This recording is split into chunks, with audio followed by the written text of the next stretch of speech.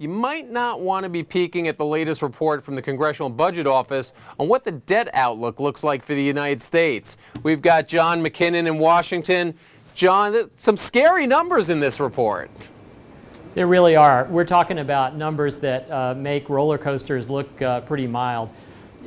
Currently, the U.S. government's going to have a debt level of 70% of GDP at the end of this year. And within the next 25 years, that's going to rise to 200% of GDP. So that's 200%. Far beyond 200%. So that's far beyond anything that's really sustainable. That, to say the least, I mean, that makes Greece look pretty healthy. That's right. That's right. Anything Europe can do, we can do worse, basically, is what this is saying. Okay, well, let's call up on the screen here a second with some of the key causes of this possible debt increase. And John, one thing in this report, of course, there's two scenarios here.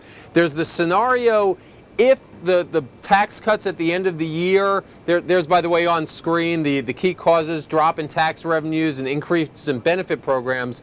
But the two scenarios, John, are either that we see the tax cuts expire as planned and some spending cuts take place, or they get extended. And what's the difference between those two scenarios?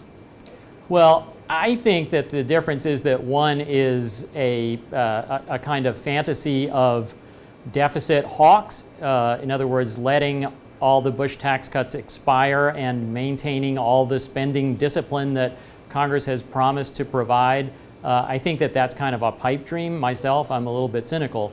The other scenario is a little bit more politically realistic. Both sides, both parties want to extend almost all of the Bush tax cuts. The difference there is that Democrats want to let them expire for the very highest earners.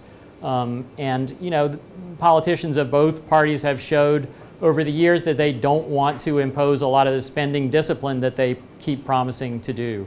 Speaking of ominous words, there's some ominous things in the report about entitlements like Social Security, Medicaid, Medicare.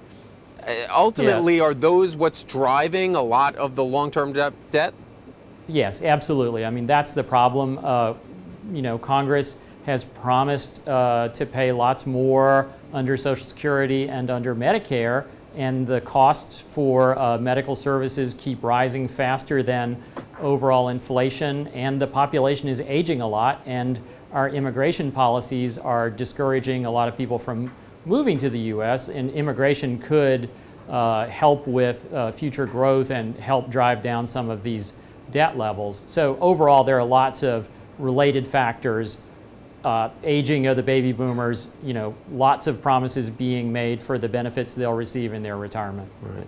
All right. Now, John, one interesting thing about this report is there's some things in here that Democrats are seizing on, some things Republicans are seizing on. How is it that it seems everybody finds something they can use out of this?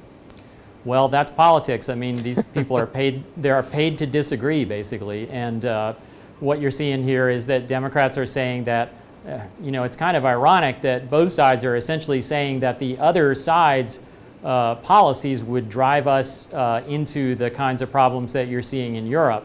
But basically, Democrats want to raise taxes and cut some spending. Republicans want to solve it all through spending cuts. And each side is saying that the other side is going to turn us into, you know, Southern Europe.